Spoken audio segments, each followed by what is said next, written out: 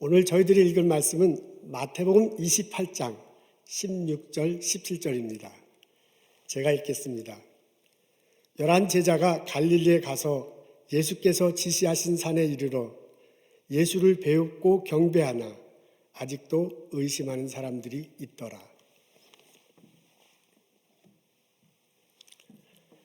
예수님은 부활하신 후 40일 동안 이 땅에 계셨습니다. 그 사이에 여러 차례 제자들에게 나타나시고 그들에게 자신의 살아계심을 드러내시고 그들에게 하나님 나라를 가르쳐 주셨습니다. 갈릴리 근처의 산에서 만난 적도 있네요. 예수님도 잘 알고 제자들도 아는 산인 듯 여겨집니다. 오늘 읽은 본문은 거기서 만났을 때의 장면이 묘사되어 있습니다. 16절과 17절에요. 우리 다 같이 읽었으면 좋겠습니다. 앞에 지금 화면에 있을 텐데요. 다 같이 시작.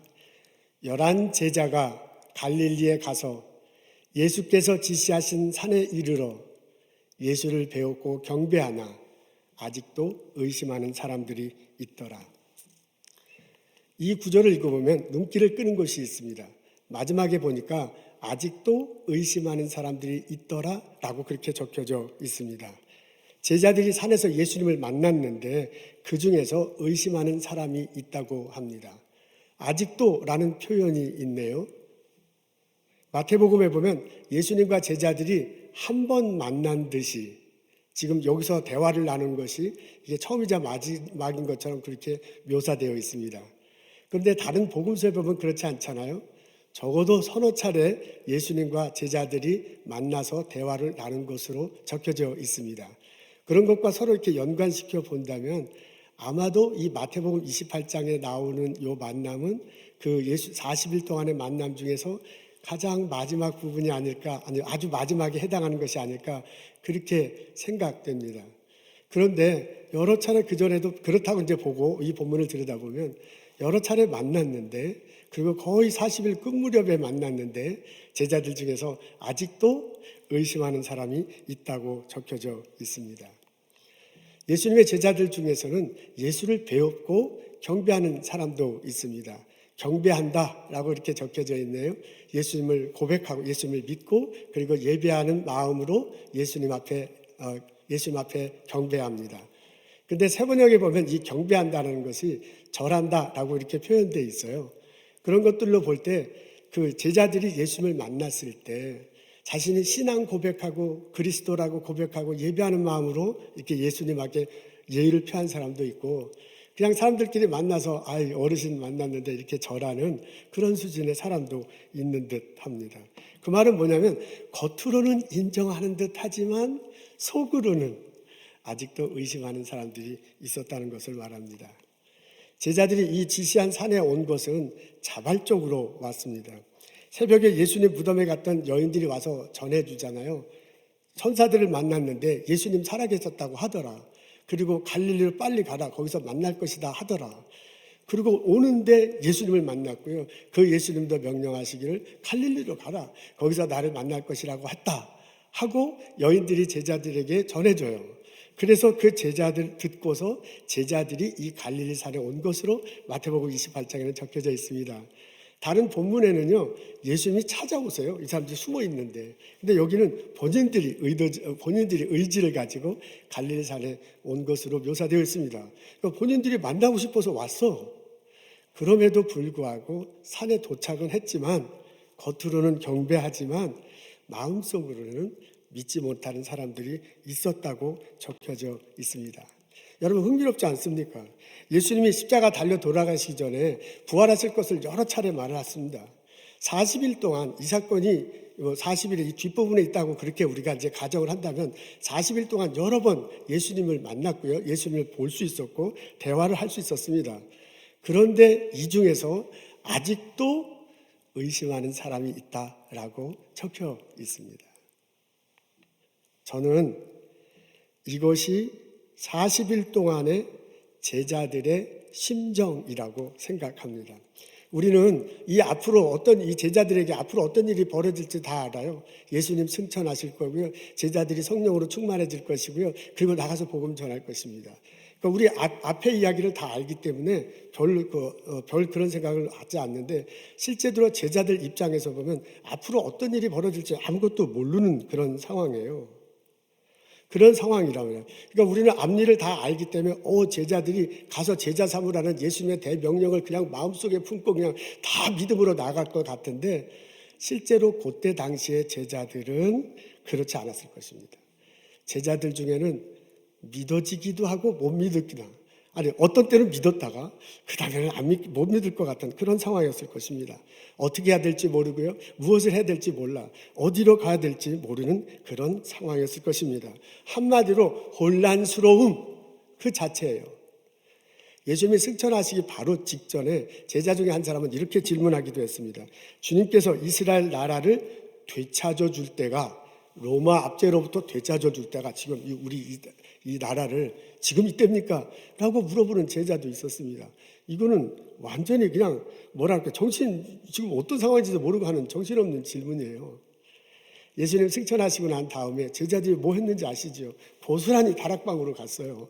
좋게 얘기하면 다락방으로 간 거고, 자, 막말로 얘기하면 숨어서 지내는 모습을 보여주고 있습니다. 제자들이 40일 동안요, 우리들은 그냥 대충 짐작해서 생각하는데 아마도 40일 동안 제자들의 심정은 혼돈 그 상황이었을 것입니다.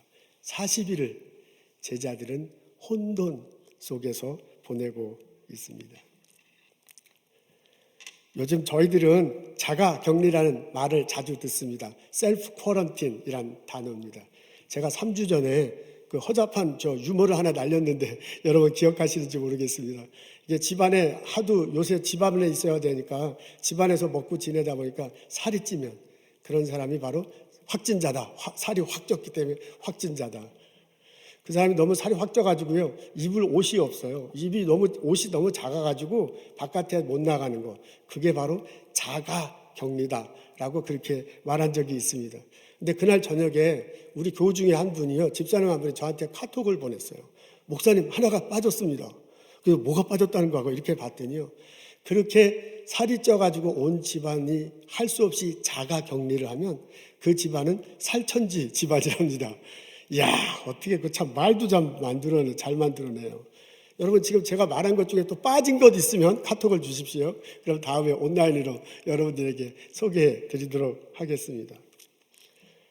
쿼런틴이라는 단어는 라틴어에서 유래했다고 그래요. 쿼가 이제 네 개라는 그런 뜻이 있고요. 쿼런틴 하면 40이라는 뜻을 품고 있다고 합니다. 이 단어가 일상생활에 쓰이기 시작한 것은 14세기부터라고 그러네요. 14세기에 베네치아 공화국에서 사용했다고 합니다. 여러분, 이태리에 가면 그 베니스 아시죠? 그 도시 그 관광으로 유명한 것이죠. 거기가 예전에는 베네치아 공화국이 있었거든요. 해상 도시로 유명했습니다. 무역업을 아주 많이 했던 그런 도시입니다. 근데 그 도시에서 그 배가 다른 지역에 갔다가 이제 무역을 하고 돌아오는데, 그 지역에 전염병이 많이 든 나라나 지역을 간 배는 바로 베네치아 항구로 못 들어왔대요. 그 항구에서 좀 떨어진 곳에서 40일 동안 떠 있어야 됐대요. 그게 규칙이었대요, 그때 당시에는. 그리고 40일 동안 떠 있다가 병이 생기면 그 배는 항구로 못 들어오는 거예요. 그 배는 거기서 이따 다른 데를 가거나 아니면 거기서 그냥 죽는 겁니다. 그러면서 이 쿼런틴이라는 단어가 일반적으로 나오기 시작했다고 합니다. 영어권에서는 16세기에 쓰여졌다고 그러네요. 16세기에 영국에서부터 사용됐다고 합니다. 부부가 살다가 남편이 돌아가시면 아내가 이제 혼자 남는데 이제 아이들하고 있겠죠. 그 집에서 집이 남편 이름으로 되어 있으면 그 집에 40일 동안 살 권리가 있다라는 그런 법률 용어로 그 쿼런틴이 사용됐대요. 그전에는 쫓아나면 안 돼. 근데 40일이 지나고 난 다음에는 반드시 아내가 그 집을 나가야만 했습니다. 나가야만 했나 봅니다. 그렇다고 보면 이 쿼런틴이라는 단어는 이 역사적으로 이렇게 쓰일 때 좀 서글퍼요. 저 항구에 내가 들어갈지 안 들어갈지, 여기에 있다가 이 배에 있다가 그대로 잘못하면 죽을 수도 있는 거예요. 불투명하고 불안해요. 그럴 때 쿼런틴이라는 단어가 쓰였습니다. 남편이 없는데 40일 동안 이 집안에 있고 난 다음에 이 집을 나가야 되거든요. 그럼 남편도 잃었는데 집도 없고 이거 어떻게 해야 돼요? 그러니까 그 40일 동안 집에 있기는 하지만 그 아내는, 남편 없는 아내는 근심과 염려와 두려움 속에서 격리되어야만 했습니다. 그러니까 쿼런틴이라는 단어 자체에는 혼돈, 두려움 이런 것들이 묻어 있어요. 그런데 성경 속에 나오는 40은 이와는 다릅니다. 성경 속에도 40이라는 단어가 자주 나오는데요. 그리고 우리가 일상생활에 쓰인 그 40이라는 유래가 성경 속에서부터 나왔다라고 그 언어학자들 얘기하더라고요. 근데 성경 속에서 40은 겉으로 볼 때는 비슷해요. 떨어져 있고 배고프고 힘들고 외로워요. 근데 성경에서 40은 속으로는 안 그래요. 속으로는 점점점 깊어져. 그 40일을 지나면서 하나님을 묵상하게 되고 하나님과 관계를 좀 더 깊이 생각하고요. 그 40일을 지나면서 자기 자신을 찾아요. 40일 동안 혼자 있으면서 자기 자신을 정돈하고 하나님으로부터 에너지를 받는 거야. 그러면서 새롭게 태어나는 것으로 새로운 일을 하는 것으로 대개 40일이 쓰여집니다. 노아가 방주를 만들기 난 다음에 방주를 거의 다 만들었을 때 비가 오잖아요. 그게 비 올 때 40일 동안 비가 오게 됩니다. 온 세계가 물에 잠깁니다. 그렇지만은 40일 동안 온 세계가 다 물에 만지지만은 40일 지나고 난 다음에 새로운 세상이 됩니다. 예수님이 사역을 시작하기 전에 40일 동안 금식하셨잖아요. 배고프죠, 힘들죠, 어렵죠, 고통스러울 거예요. 근데 그 40일을 지나면서요, 하나님에 대한 믿음이 선명해져요. 본인이 해야 할 비전이 명확해져요. 그래서 40일 끝 무렵에 마귀의 시험을 받잖아요. 그래서 제가 그 시험 아주 그냥 다 하나님에 대한 선명한 믿음, 본인 사역에 대한 예수님 사역에 대한 강력한 분명한 그 비전 이런 걸 갖고 있었기 때문에 그것을 이겨낼 수 있었습니다. 여러분 성경에서 40은 시련과 희망이 같이 있어요. 성경에서 40은 혼돈과 비전이 버무러져 있습니다. 성경에서 40은요, 불투명함과 선명함이 같이 손잡고 갑니다. 시련은 환경으로부터 옵니다. 근데 희망은 하나님으로부터 와요. 혼돈은 나에게서 이루어지지만은 비전은 하나님께부터 옵니다. 여러분 불투명한 것은 내가 내 눈으로 미래를 보니까 불투명한데요. 하나님께서 주시는 눈으로 보면 미래가 선명해요. 그래서 성경 속에서 40일을 지내는 그 과정에 보면 그 불투명과 투명함이 서로 얽혀져 있어. 근데 얽혀져 있는 상태로 그냥 그 사람이 그냥 지내는 것이 아니라 하나님이 그 삶 속에 개입하셔서요. 그 사람으로 하여금 불투명이 지나서 투명한 것으로 나가도록 이끌어줍니다. 성경 속의 40은 그런 다이나믹이 있어요. 그래서 40일이 지나고 난 다음에는 선명함이 보이고요. 설레임으로 새로운 세상을 맞게 됩니다. 여러분 부활한 예수님이 제자들과 40일 동안 같이 있었다고 그랬는데 그 40일에도요. 이런 다이내믹이 분명하게 자리 잡고 있습니다. 제자들과 예수님이 이렇게 만날 때 제자들은 혼돈 속에 있어요. 근데 혼돈 속에 있는 제자들을 예수님이 먼저 이 친구들이 혼돈 속에 있을 거라고 알고 계셨어요. 그래서 혼돈 속에 있는 제자들에게 와서요. 이 사람들을 품어주신 정도뿐만 아니라 이 사람들을 미래로 향해 나갈 수 있도록 다듬어 주시고 길을 열어주시고 미래로 이렇게 밀어내서 미래로 이쪽으로 나가야 될 것이다. 요 두 가지가 40일 동안에 보여주고 있습니다. 그래서 제자들은 처음엔 불투명해서 혼돈 속에 있어. 근데 40일을 지나면서요, 예수님과 함께 선명해지고 어디로 나가야 될지를 알게 됩니다. 예수님은 혼돈 속에 있는 제자들을 품어주십니다. 제자들이 집안에 처박혀 들어막혀 있을 때 예수님이 먼저 가시잖아요. 그리고 평안을 전하시잖아요. 믿도록 그렇게 말합니다. 제자들이 호숫가에 있을 때 호숫가에 있을 때 나타나시잖아요. 그 혼내시지 않잖아요. 그리고 어떻게 고기를 잡으라, 오른편으로 던져라, 고기 잡으라 말씀하시고요. 그리고 조반을 이렇게 나눕니다. 여러분 갈릴리 산에도 오늘 가는 장면 읽었는데 여기에도 보면 예수님이 먼저 가셨습니다. 우리 부활하시기 직전 십자가에 달려 돌아가시기 직전에 베드로하고 나눈 대화 중에 이런 게 있어요. 이제 예수님이 고난당할 걸 말하니까 베드로가 나는 어디든지 막 따라가겠습니다 그러잖아요. 그때 너가 나를 3번 부인할 거다라고 말씀하시면서 뭐라고 얘기냐면 예수님께서 내가 살아난 후에 너희보다 먼저 갈릴리에 갈 거다라고 그렇게 말했습니다. 여러분 마태복음 28장에 보면 그 여인들이 무덤에서 천사를 만나는데요. 천사들이 뭐라고 하면 갈릴리로 가라. 예수님은 가 계실 거다. 그렇게 얘기해요. 그렇게 이야기합니다. 그가 죽은 자 가운데서 살아나셨다. 너희들보다 먼저 갈릴리로 가실 거다. 그러니까 예수님은요, 제자들이 갈릴리로 갈 거를 알고 있었습니다. 베드로는 저렇게 말하지만은 저 믿음이 흔들릴 거다. 제자들이 부활한 예수님을 만났음에도 불구하고 예루살렘에 있지 않고 다시 갈릴리로 가는 거야. 다시 옛날로 돌아가는 거야. 그렇게 나야직한 모습이 보일 줄 알았어요. 그렇게 혼돈 속에 있을 걸 예수님은 먼저 알으셨습니다. 그래서 예수님 먼저 갈릴리로 가셔서 제자들을 만나주시고 품어주셨습니다. 근데 예수님이 그것만 한 게 아니에요. 품어주실 땐 품어주셔. 혼돈 속에 있는 제자들 이렇게 품어주셔. 근데 그것만이 아니고 그렇게 품어주면서 또한 이 제자들이 어떻게 나아가야 될지를 말해주시고 사명을 주시고 그렇게 나가도록 밀어주시는 예수님의 모습을 볼 수 있습니다. 예수님이 그 방에 나왔을 때 그러잖아요. 성령이 임할 거다. 너희들이 나가서 복음을 전할 거다. 그러잖아요. 예수님이 갈릴리 호수에서 그 제자들에게 이렇게 먹이면서 베드로에게 물어줘. 너 나를 사랑하느냐? 내 양을 먹이라. 라고 그렇게 말합니다. 여러분, 이 갈릴리에서 산에서 만날 때도요, 먼저 예수님이 오셔서 품어주시면서 뭐라고 얘기하면 너희들이 가서 모든 민족을 제자로 삼아 아버지와 아들과 내 이름으로 세례를 주라. 라고 명령하시는 예수님의 모습을 볼 수 있습니다. 40일 동안 제자들은 혼돈 속에 빠져 있었어요. 근데 예수님은 혼돈 속에 빠져 있는 제자들을 그냥 내팽개두지 않으셨어요. 그들에게 나타나셔서 품어주셔. 그리고 또한 그들에게 앞으로 어떻게 나가야 될 것인가를 비전을 주셔, 사명을 주셔. 그리고 그렇게 나가도록 이끄셨습니다. 제자들은요, 혼돈 속에서 이게 어둠 속에 있어갖고 어디가 어딘지 모르고 갔는데 예수님이 오셔서 붙잡아 주시고 품어주시고 예수님이 오셔서 붙잡아서 이렇게 인도해 주시는 걸 따라서 자기도 모르게 이렇게 가다 보니까 나중에 성령께서 임하고 본인의 사역을 감당하신 겁니다.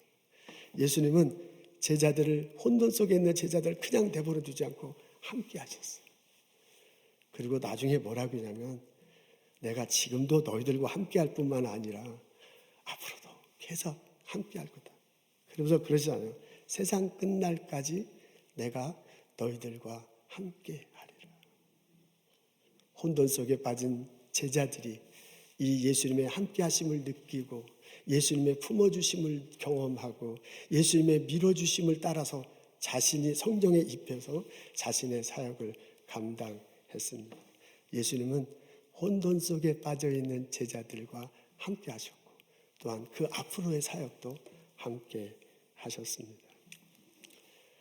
저희들은 지금 혼돈의 시기를 보내고 있습니다. 코로나 바이러스 듣지도 보지도 못한 거에 그전에는 전염되어 병치레를 하고서 운명을 달리하는 분도 있습니다. 모든 활동이 셧다운 됐습니다. 일터에서도요 못 가고요, 학교에도 못 가, 교회도 못 나. 우리 부모님이 세상을 뜨셨는데 하늘나라로 가셨지만은 가보지도 못하는 참 그런 아픔 상황입니다.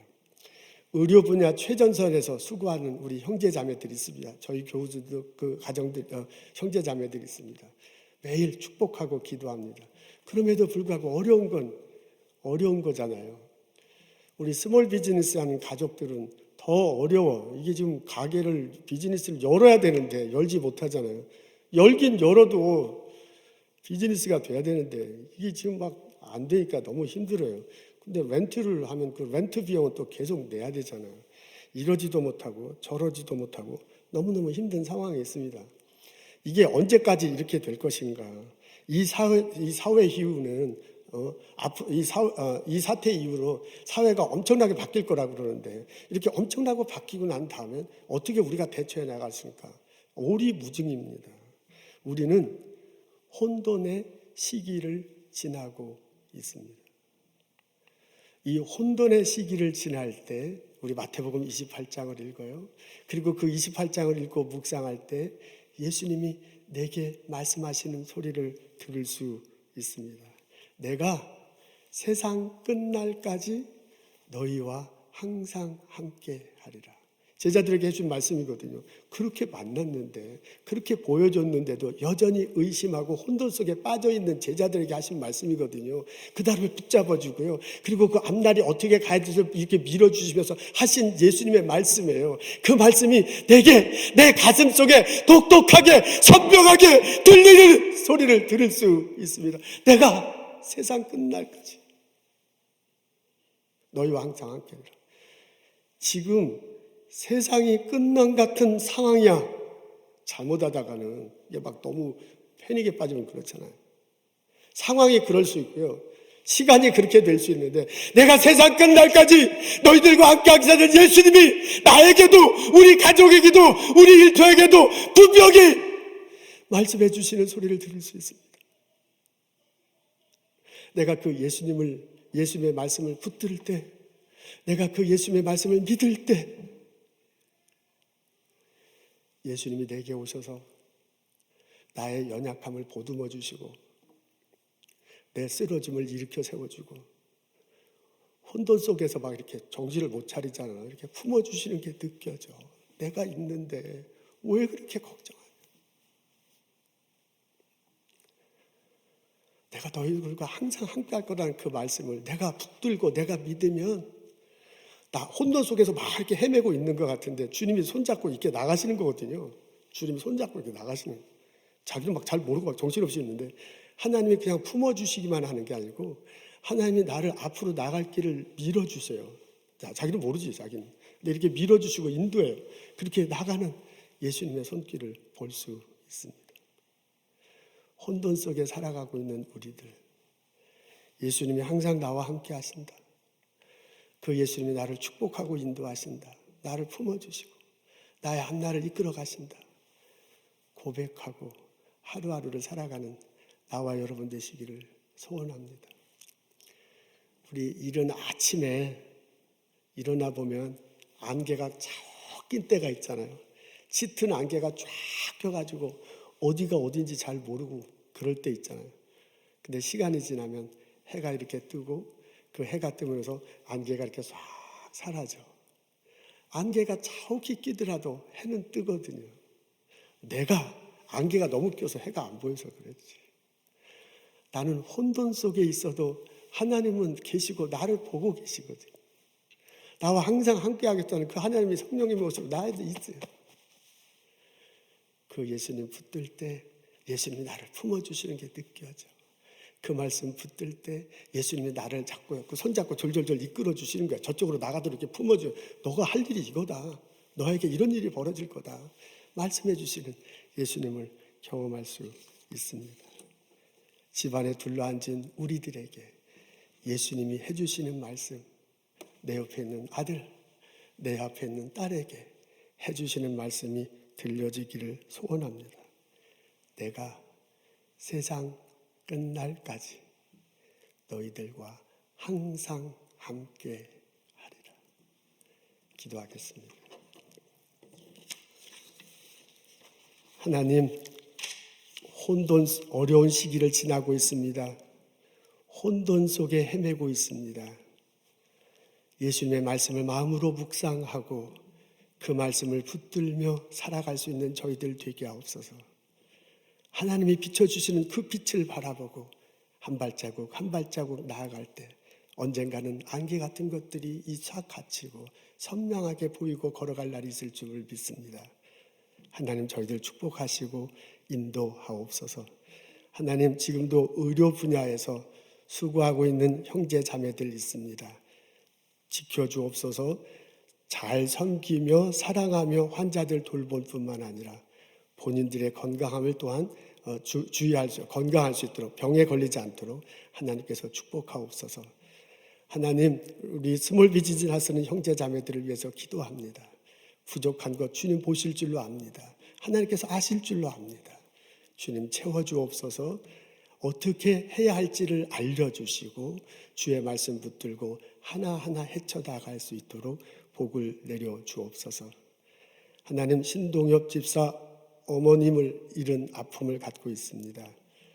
하나님, 김수영 집사 아버님을 잃은 아픔을 갖고 있습니다. 믿음 안에서 예수를 믿는 우리들이 언젠가 하나님 나라에서 다 같이 만날 것을 믿고 고백하지만 그래도 부모님 떠난 아픔 속에 하루하루를 보내고 있습니다. 하나님 위로하옵소서. 그 가족에게 복을 내려주시고 어머니와 아버님이 보여준 신앙의 모습과 삶의 건강한 태도를 이어받아 행복하고 힘있게 살아갈 수 있도록 복을 내려주옵소서. 평안히 임하게 하옵소서.